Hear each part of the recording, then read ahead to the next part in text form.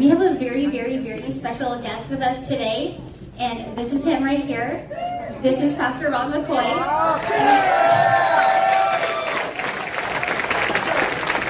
Okay, obviously, God is the reason why we're alive, and God brought each and every one of us, but it was Pastor Rob McCoy that I ran into at Charlie Kirk's AmFest, and I was invited by Lindy Ann to a special pastor's dinner, and I got to talk to Pastor Rob McCoy, and I told him, Pastor Rob, and we've done events together during the shutdown and all these things. I said, God put it on my heart to do a big event, to bring together pastors, leaders of different organizations, conservatives running for office, and activists. And he said, well, Sarah, just keep me posted. I want to help you. So this is the man that basically made today happen. So take it away.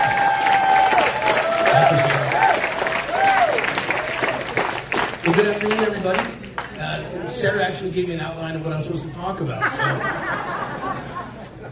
I'm a minister here in California. I've been pastoring the church for 25 years in Ventura County. I was a city councilman while I was still a pastor. I was also the mayor of the city of Thousand Oaks while I was a pastor.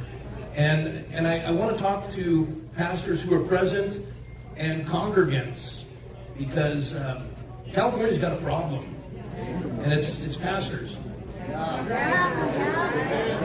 And if you're a pastor, bear with me, because you're here and I don't think I'm talking to you. You know, you go and you talk to a pastor about the issues that we're facing in California, and they say, look, I don't do politics, I just preach the gospel. You know what that is, Pastor? That's called Gnosticism. It was an early heresy in the early church. Oh, no, you don't understand, Rob. Politics is dirty. Well, so is the church. What's your point? Well, I'm tired of voting for the lesser of two evils. Unless Jesus is running for office, you're always voting for the lesser of two evils. And let me tell you something, Pastor. Let me tell you what the Word says. You say you just preach the Word. In the beginning was the Word. The Word was with God. The Word was God. The Word became flesh and dwelt with man. That word logos is rational thought that brings order out of chaos. And let me tell you, in California, where they said we had to shutter our churches, Charlie Kirk made the worst prediction in radio history. He said the churches in California, when the governor called them non-essential, the bride of Christ, non-essential, pastors will not take this sitting down. And he couldn't have made a worse prediction. They were silent. They quoted Romans 13. Oh, God appoints all positions of authority. We're to submit to those. No. Jonathan Mayhew, he exegeted the text properly, and it says those leaders are there for our good. Now listen, when they cease to do good, they cease to be the authority. It's not unlimited submission to tyranny. And Jonathan Mayhew coined the term that John Adams attributed to starting the War of Independence in a nation that you've now enjoyed for almost 250 years. He said disobedience to tyrants is obedience to God. Pastors, you need to wake up, because listen, it says in James, he who knows the good to do and does not do it, to him it is sin. And in addition, Jesus said, you cause one of these little ones to stumble, it'd be better for you to have a millstone tied around your neck and cast in the deepest ocean. And when asked about the greatest commandment, he said to love the Lord your God with all your heart, soul, strength, mind, and to love your neighbors yourself. On these two commandments hang the law and the prophets. And so you're telling me you don't have time to go contend for your neighbor's children, that they can be educated with the truth, the logos, that there's male and female as God created them, because you want to compromise truth to somehow put forward a gospel that's been truncated and myopic and embracing Gnosticism? It doesn't work that way. Just because you don't want to study to show yourself approved and to do the homework, when it says in the pastoral epistle, pray for kings and those in authority that we would live quiet and peaceable lives in all godliness and reverence. That's a pastoral epistle. Paul's saying it to Timothy. And based on that pastoral epistle, Pastor, a lot of P's in that. Please name for me your 5 city council members, your 5 school board members, by name, because of course you're praying for them, right? And the issues that they're dealing with in the community in which God's placed you, that would allow the citizens in that community to live quiet and peaceable lives in all godliness and reverence. You can hear a pin drop when I ask that. Oh, I just do the gospel, Pastor. You're a Gnostic. I preach the gospel every day. And that gospel is not truncated. That gospel goes into the school boards, into the city council meetings, and it contends for my neighbor who I love more than myself.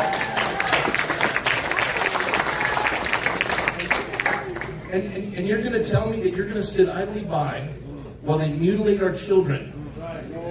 In 20 years, these kids are going to look back and they're going to say, weren't you a pastor that proclaimed that Jesus is the way, the truth, and the life? Where were you?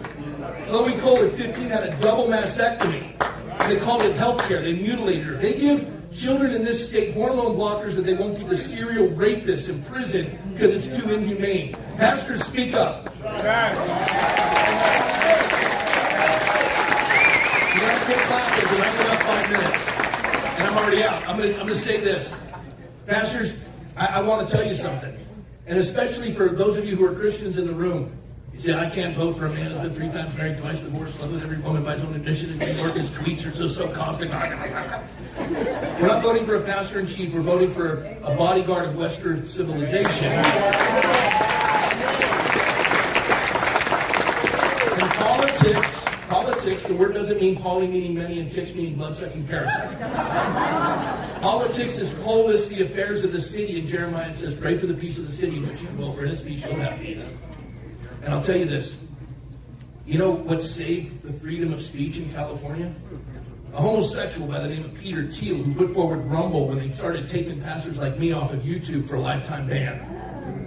It was a guy by the name of Elon Musk who has no profession of faith but bought Twitter and turned it into X so there'd be freedom of speech. They believe in absolute truth. They're pursuing it. And they're looking for Christians who believe that Christ is the truth, who would be willing to stand on that.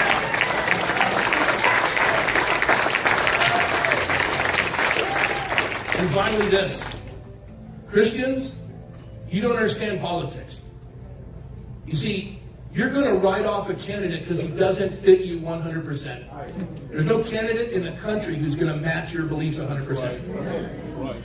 And Christians miss the good because we demand the perfect. And we're going to get neither. That's our view. You step into the arena and you participate. And finally is this, Matthew 16:18. Jesus takes his disciples up to the headwaters of the Jordan, resplendent park-like setting where every group that's ever dominated the region has set up a temple to their god or goddess. And then this cliff is every god or goddess in all of history. And the Romans are occupying the region. These Orthodox boys are up there. The Romans are probably worshiping Bacchus, the god of alcohol, and Aphrodite. There's probably drunken nudity going on in the headwaters of the Jordan. And in the cacophony of noise of pagan worship, Jesus turns to his disciples. He says, who do men say that I am?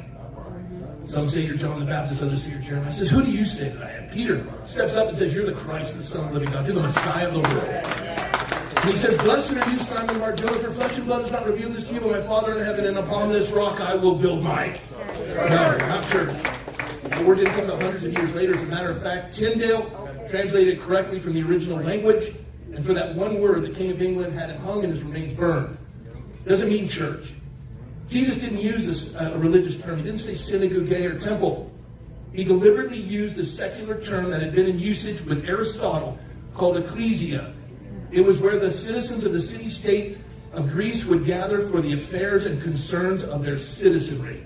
The word properly translated assembly, or more properly translated city hall or public square. Now let me put that into perspective. Upon this rock I'll build my city hall, my public square, and the gates which enslave will not prevail. The moral law applied to civil law is the wise restraints that make men free. You remove the moral law, the civil law becomes a weapon to enslave you, and then those tyrants say you're non-essential. Until Christians step up into the ecclesia and make a difference, we're going nowhere as a state. Pastors, lead! Lead!